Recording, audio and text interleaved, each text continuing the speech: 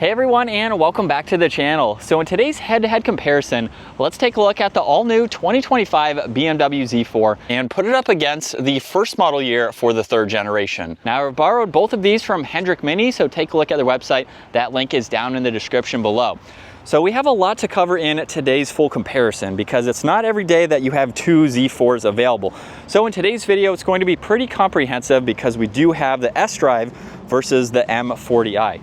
So we'll start off with the sDrive model. They had a starting MSRP right around $49,700, and for the 25-year model, that was bumped up to $54,500. So it did have a slight increase to the newest model for the sDrive.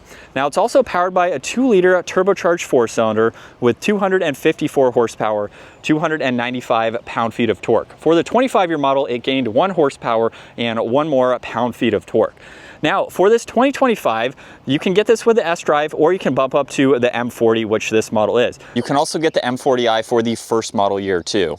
Now, these had a starting MSRP around $64,900. For the 25-year model, that is closer to $67,000. So again, a small increase.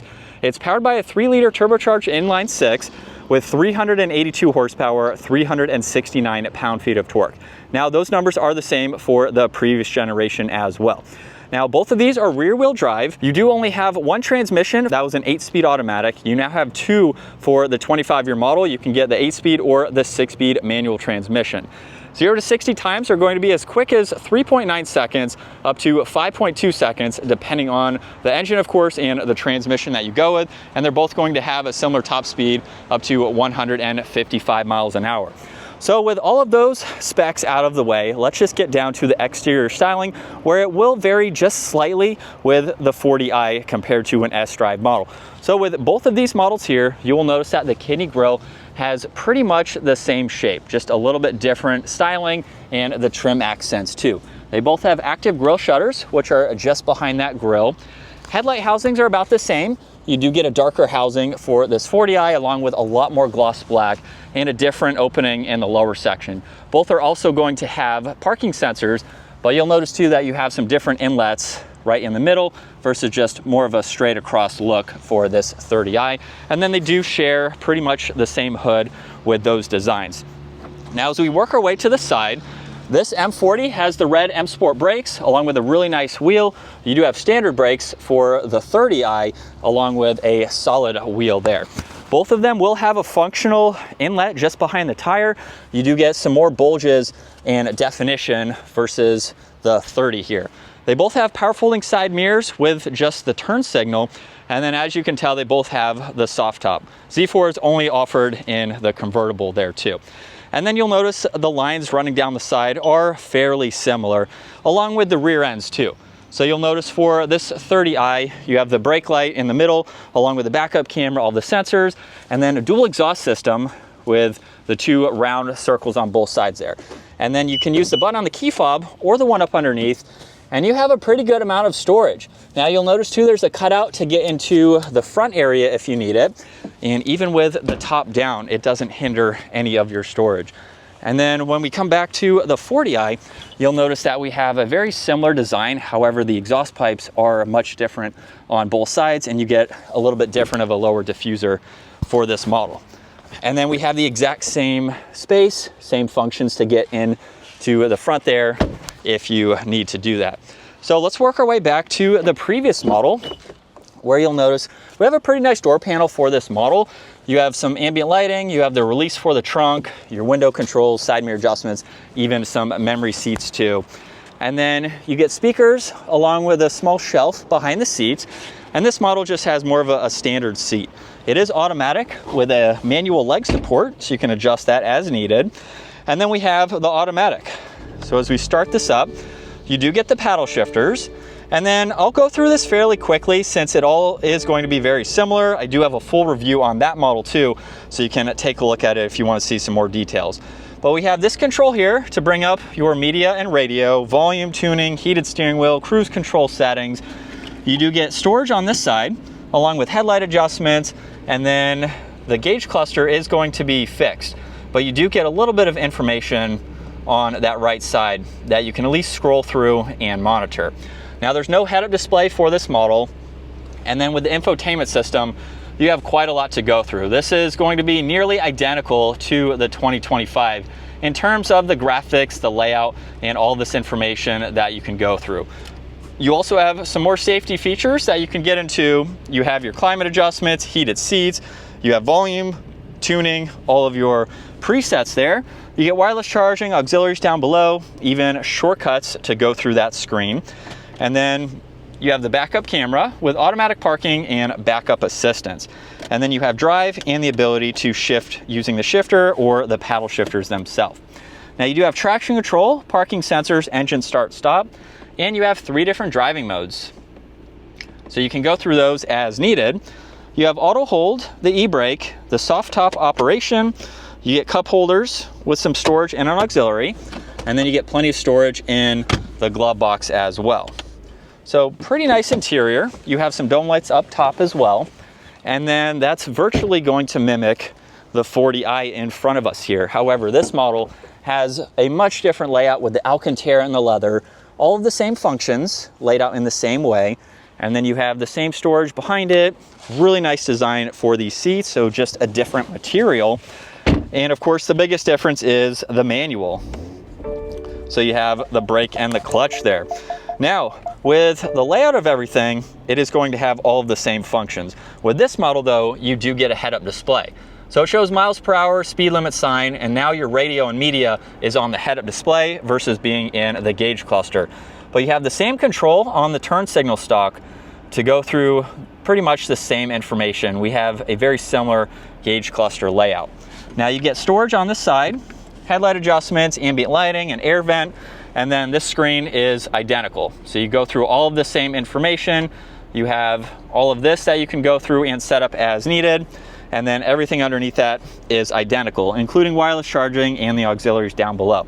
Now, biggest difference, obviously, manual transmission here, where you have the backup camera and everything is the same on that side there too. The only difference is now this control for the top is pushed over to that right side. But everything on this side is the same, including the driving modes. So you can go through all of those. You have your e-brake, traction control, all of those shortcuts for that screen. Everything here is the same, along with the same amount of storage for the glove box there. And so there haven't been too many changes on the interior. You do get garage door buttons on that rear view mirror.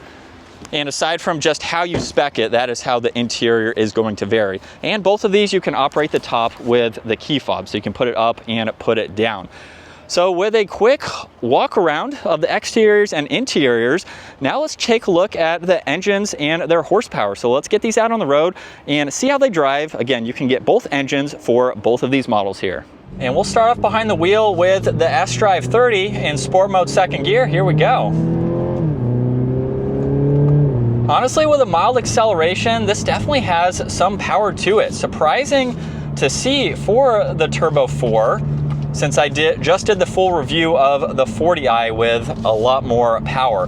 But with this model here, I think you have a really fun vehicle to drive. So if you're not looking for a lot of performance, you could get a little bit better MPG with this model. It's not going to be significantly more, but if you're not looking for higher horsepower or even, of course, the manual transmission, this is definitely going to give you power for basically the non-performance version here. So you have the paddle shifters, you can shift using the shifter, or you can just put it in the normal mode and let the vehicle do the shifting. So you have a few different driving modes as well that will cater to the shifting points along with how the vehicle sounds too with that exhaust. So definitely a fun vehicle to drive. Seems pretty quiet and comfortable. The seats are also height adjustable too, so that way you can get a little bit more headroom if you need it. But interior seems very nice. As you saw in the newest model, not a whole lot of differences. However, there are different trim models and different options that you can spec it with. So just depending on the options that you go with. We don't have the upgraded audio for this model, and the seats are a little bit more basic. So you have a wide range. Other than that, everything else is pretty much identical. So you definitely get a fun vehicle with the sDrive30i. But let's hop into its bigger brother now and see what that's like.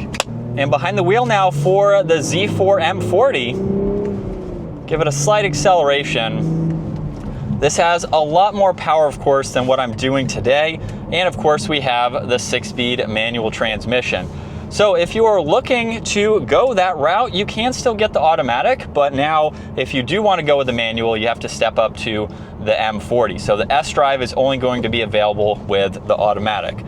Definitely really neat that they finally put it into this convertible, just to give you a little bit more of that driver engaging feel. It's a really nice shifter to use. Clutch pedal is super light as well, and you definitely have a notchy shifter to make it engaging to drive. This also has active rev matching too, or you can of course do it yourself, just depending on the mode that you are in. And it's a fun vehicle. I like all of the updates for the interior. I think BMW did a really good job with the tech features that you get. For this smaller size car, I think everything is laid out very nicely, and it just gives you a premium feeling vehicle. If you're looking for something luxury focused, you want a convertible, you still want some space, and you want a fun vehicle to drive. You could take this on some back roads, really have some spirited driving fun with this car. So it's a really good blend of all of that if they all check your boxes for what you were looking for. And coming back from our quick test drive now with the M40 and the sDrive30i. Obviously, I'm not able to drive each model with the other engine, but you can at least get a feel for what it would be like to drive the 2025 sDrive or a 2020 for the M40. Although you do get the optional manual transmission, of course, just depending on which transmission you want to go with for the newest model. So it really just depends on what power output would you like? Do you want to go with the manual transmission? That's only available with the M40. So you can't get the sDrive with the newest model with a manual. It's only offered in the automatic, and then obviously only the automatic for the previous model. So in terms of the interior, everything is going to be about the same. For the exteriors, you do get a little bit different styling, and it just really depends on the trim level too. There's a little bit difference with the M40 with some more gloss black and other trim accents like that. So we really have a similar vehicle, only biggest difference is now that manual transmission, which I would definitely go with. It is a lot of fun. So comment down below, out of all the options, engines, transmissions, everything that you can go with for the Z4, let me know which model you would go with and why. If you enjoyed today's video, give it a huge thumbs up and consider smashing that subscribe button so you can stay up to date with our daily uploads. I will see you all in the next video.